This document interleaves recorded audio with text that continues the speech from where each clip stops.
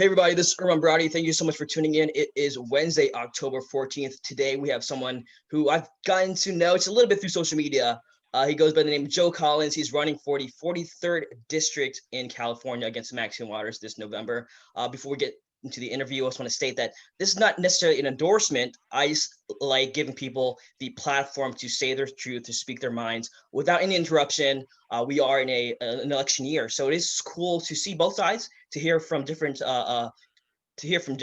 politicians and those who are running for local and state level elections. So we do have Joe Collins here. A little bit about Joe. Joe Collins' 13 years of patriotic service with the United States Navy has instilled into him a strong sense of duty, commitment, and leadership. Joe's formative years growing up in South Central Los Angeles has braced him for his new role, becoming the next U.S. representative for California's 43rd Congressional District, to be the impact voice of change for his beloved community. From his early upbringing on 104th and Normandy, which I know, Joe knows this district all too well. Lack of quality education, unsafe gang activity, alarming high crime rate, and rampant homelessness. Welcome, Joe. How are you doing today, sir? I'm doing good, man. How about yourself? I'm great. We're 3 weeks away from the elections, presidential, but also, like you said, local and state level, a lot of things going on. So I know that you're in the midst of a lot of interviews. So thank you so much for taking your time out to do it with me today. How is it like to go viral? Like I said earlier, I've got to know you for the last few months. I got to see what's on your page, but like you went viral this last week. So how does it feel for that to happen to you? I'll be completely honest with you. It feels it's the same. Nothing's changed. It's just people have content that they can relate to you now.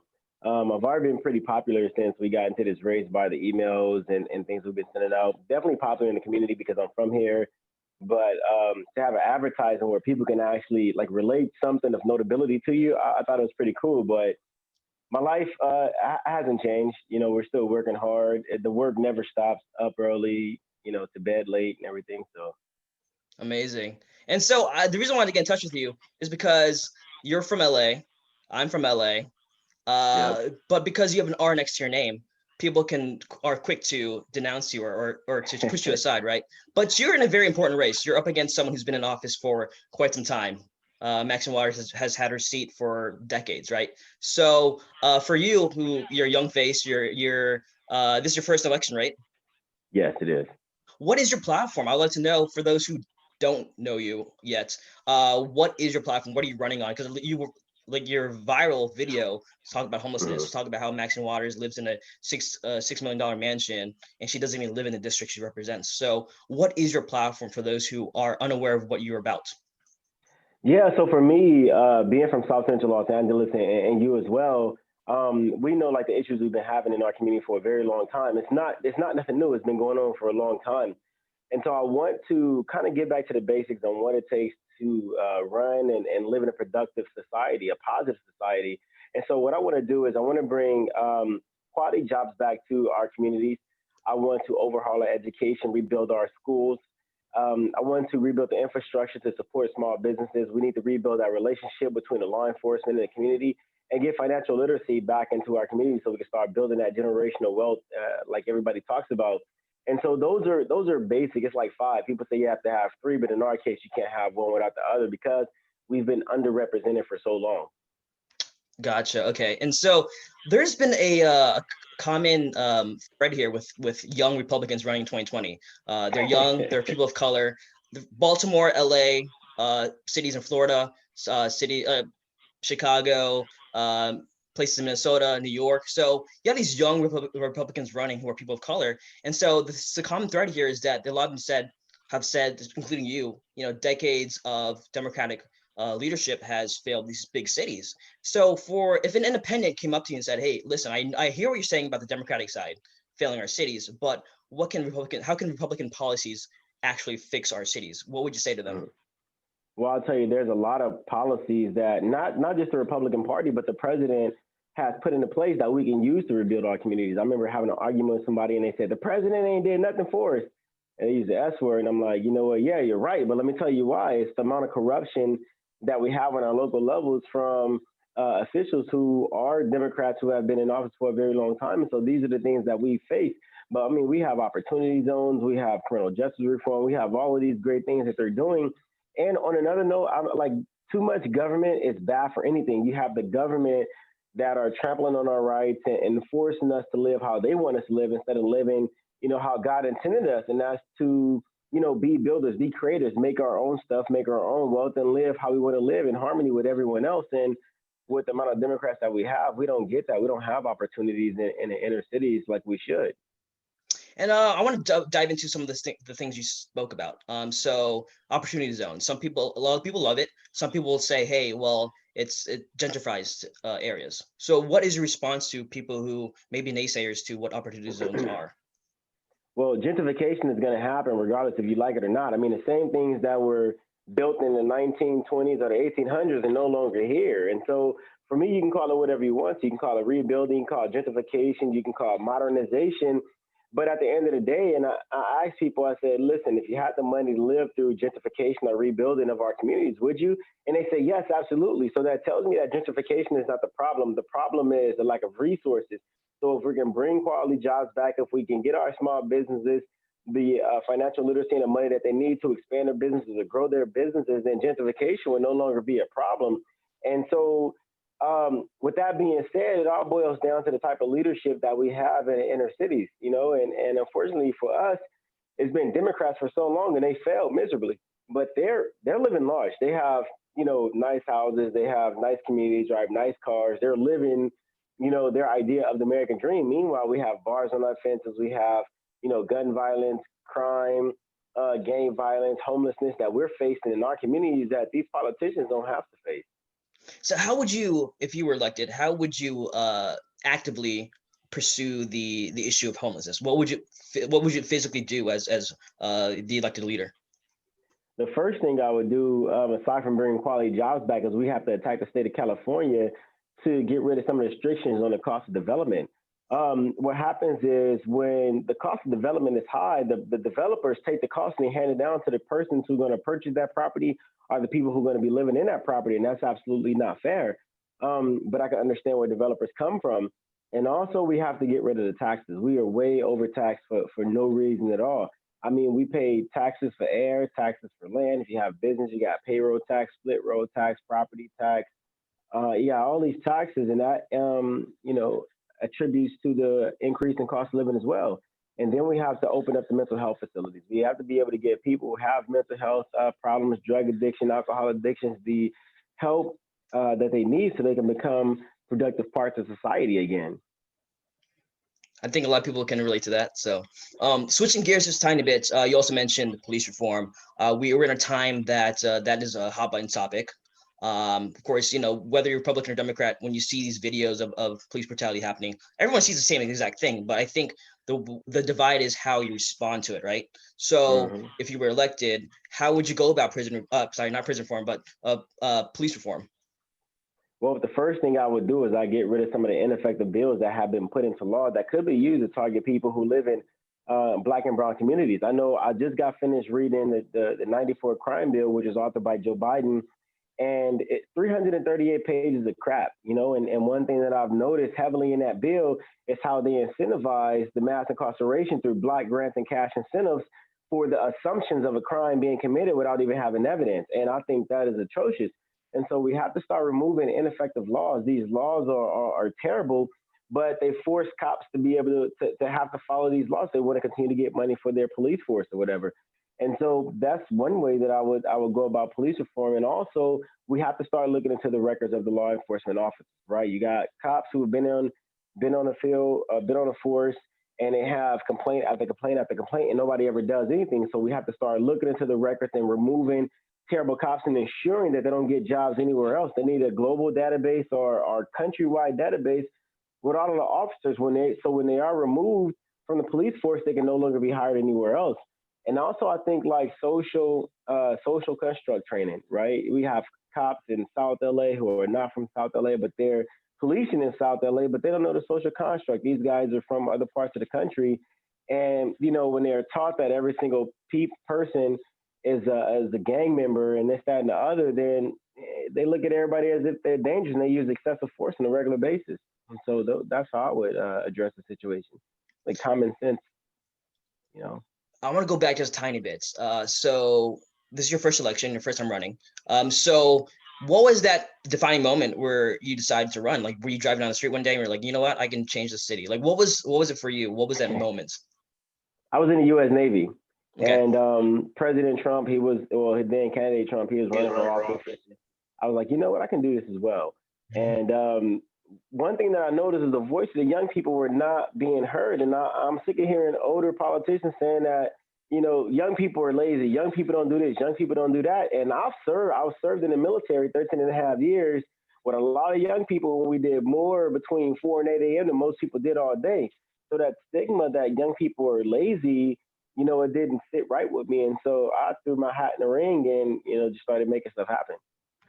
I'm gonna go there a little bit because you mentioned young people. Um, I noticed that in the 2020 elections, on the local and state level, a lot of young people of color are actually running on the Republican ticket, which is Hmm. far different from what you'd expect 10 years ago, 12 years ago, 20 years ago, right? So why do you think what is it about this particular election cycle and that has all like a lot of Republicans running who are young people of color, women, you have people in the LGBT community, different religions. It's a vast difference from people thinking that it's just old rich white men, right? So what is it about the 2020 GOP that has these younger people running? I think that the first thing, people are absolutely fed up with the Democratic Party. Now, let's put that on the table, right? Years and years and years of suffocating inner cities and crap, and trying to force us to agree with the narrative that nobody cares about us except for the Democratic Party when they've been a party that introduced legislation that destroyed our communities ever since the slavery. And on another note, I think that for me, being a Republican is about the history of the Republican Party, especially for Black people. The first Black people to get introduced into politics, to get involved in politics, were Republican. And President Trump will have to be another catalyst to why a lot of young people who are minorities are joining the Republican Party. I mean, he's a bold figure, and he does what he wants to do whenever he wants to do, and I think a lot of people can resonate with that. I know I can. And just the fact that he's actually laying out an agenda for the Black and brown community, and it's something that we can absolutely get with. And the media is never fair to President Trump. I mean, they try to make him seem like he's the baddest guy in the entire world. So he's an underdog, and a lot of people in inner cities, like, we can relate to that. Are you specifically talking about the Platinum Plan? Yeah. Okay. What do you like about the plan? $500 billion into the reconstruction of areas where minorities live at. I mean, I thought that was a great idea. And then, you know, um, identifying, different white supremacist group as hate groups, and, adding them to the terrorist list. I thought that was pretty dope. Improving our schools, improving our communities. These are things that we absolutely need. I mean, we had President Obama, who was a Black president. We thought he was going to do something, great for us, and that turned out to be a bust. Bill Clinton, we thought that he was the best president in the whole entire world until we looked at this crime bill, the Three Strikes Law, Personal Work Responsibility Act, and every other thing that he did. Um, and then, when you add that against Joe Biden, he's a complete mess. He's been a racist, in my opinion, for a very long time, and I'll debate that with anybody. I want to get to know what your potential constituents have to say because I see you on the streets a lot. Hmm. You physically talk to you meet the people who live in the district. So what was Yeah. their initial response to you running? And what did your I mean, I also want to know what your family said, considering you're running as a Black Republican. What did your family Yeah. say? Well, they knew that was coming. I joined the military. They didn't like it, but they dealt with it. And then, every decision I made thus far has been pretty positive. They grew up in a Democratic household, but they can't tell you why they're Democrats. They can't tell you why they vote. They can't even tell you if they do vote. So, I mean, that opinion is kind of asinine in my point. When it comes to the community, man, I'll tell you this: the first time, coming into the inner city, we were bold. We came in with a flash, and people was like, okay, well, he's a Republican, but the dude is kind of dope. He's kind of bold about it. So let's hear what he got to say. And the more I interacted with people, the more I engaged with people, the more we started to actually work in the community, people just became accepting of it. And we have Republicans on our team as well as Democrats and independents and libertarians and Green Party members and constitutionalists, American freedom and peace. We had a little bit of everything from a little bit of every culture on our team as well. And people work really good together when you're working towards a common goal. True. Even the Green Party? No, I'm not the Green Party. No, even the Green Party. With, even the Green Party is for Joe. Yeah, I mean, I associated with the Green Party. They got some really cool people. I can't get with all the ideologies of the Green Party because I am a military veteran. I have my private health care. I've been a part of socialized healthcare in the military, and I can tell you all of those things are disasters. Okay, let's go there. You mentioned it, so I'm gonna ask you about it. Socialized healthcare. Obviously, you're against it. So what has your experience been like? And for those who are pro socialized healthcare right now, what do you have to say in response to them wanting it? Don't fall for the hype. I mean, the thing about socialized healthcare is it's something that we dealt with in the military, right? And when you go to the doctor, you have to wait. You have to set appointments based on the convenience of the doctor and not on the convenience of yourself. Doesn't matter what type of injury that you have, doesn't matter what you're going through. And when it comes to socialized healthcare, you're going to get what they give you. And if they don't feel like, I'll use the Navy or the government, they don't feel like you qualify for certain things, and they're not going to give it to you. You know what I'm saying? So if you have cancer and they have to decide whether they want to treat you as a cancer patient, or someone else, they're going to judge you based on their opinion on if you deserve to live or not, or if you deserve to fight, or if you are a fighter, if you're not a fighter. And the chance of you being dropped off is greater than if you had your private health care. And so I've never been a fan of socialized healthcare just because of what I've experienced in the military. Well, at least you have personal experience with it that you can bring to the table. So, yeah, exactly. Even with the VA system right now, I mean, the VA system is so broken. You have to wait weeks and weeks and weeks to get an appointment. You have to wait months and months and months to get seen by a physician. If you need medication, they're going to give you the absolute worst medication is going to jack you up for the rest of your life. You're going to be dependent on medication for the rest of your life. And they can say, oh, well, this is what we thought you needed. Whereas if you have your personal doctor, they're going to cater the experience towards the individual. And the last thing you want is the government deciding if you're going to live or die. I hear you there. So let's talk about Maxine. You're up against Maxine Waters, who has been in public office for decades. I don't know how long. Do you know the specific amount of years? Yeah, 44 years total. 44 years. Okay. Same district, 43rd? She was in the 35th, I think. They kept redistricting, and I think they was trying to redistrict her out of the district. Now she's stuck in this district, the 43rd district, but she's been in office for a long time, 29 years in Congress, 17 years as a state assemblywoman. So it's been a very long time we've been dealing with this lady. So some people listening right now, my followers, they might like her. Some people who watch on your page might like her. So she has for 40, however many you said, 40 plus years that she's been in office. Obviously, she has a base. She has a lot of people who do like her. So if you can convince them, right? I'm giving you the opportunity to convince those who are opposing right now. What would you say to them? I would say this, like, look at your life and tell me if your life is what you thought it would be. I mean, Maxine Waters is very rich, but look at the opportunities we have in our cities. Look at what she's been able to do. How many bills has she written? Are you accomplishing the goals that you wanted to accomplish? Do you live in a nice house? Do you have nice cars? Do we have a good neighborhood? Are you working that dream job? Do you make enough money to even make ends meet? How do you feel about the education system? How do you feel about your quality of life? And if all of these things are no, and you still have things to complain about, then it's time to choose something different. The definition of insanity is doing the same thing over and over and over again, expecting different results. So if you've been voting for Maxine Waters for the last 44 years, and you haven't gotten anything for the last 44 years, you've been complaining about the same thing for the last 44 years, and I think it's time to choose something different. Okay. So, Joe, to end this interview, I'm going to give you as much time in the clock as you want. Just you on the screen. I'm taking myself out of the picture. This is your chance to talk to undecided voters in the 43rd district of LA. Talk to them directly, convince them. If you want to red pill them, go ahead, do your thing. So I'm going to give you as much time in the clock as you want. So the floor is yours. I'm not a long talker, but My job is not to turn anybody into a Republican or change a political party preference. My job is to make you understand that, regardless of your political party preference, I'm willing to work with anybody to bring value and opportunity to our district. We've been missing a lot of things for a very long time. Our homeless population has shot up.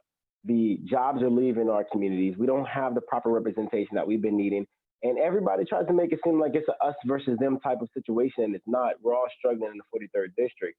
I'm from here. I was born and raised here, joined the military, and I'm back here to represent you. I'm not saying that, you have to vote for me, but what I am saying is that if you want a better life, it's time to choose a better person because the current representative is not getting the job done. My website is joecollinsforcongress.com. You can email me at public@joecollinsforcongress.org and follow me on social media, Collins for Congress 43 on Facebook and Instagram, and Joe Collins 43rd on Twitter. My man, thank you so much for your time today, sir. Hopefully we can reconnect post-election, no matter what happens. I'd love to have a conversation with you and to see where you go from there. All right, for sure, man. Thank you so much. My man, thank you so much for your time. Everyone tune in next time. We'll have different candidates. Thank you again, Joe.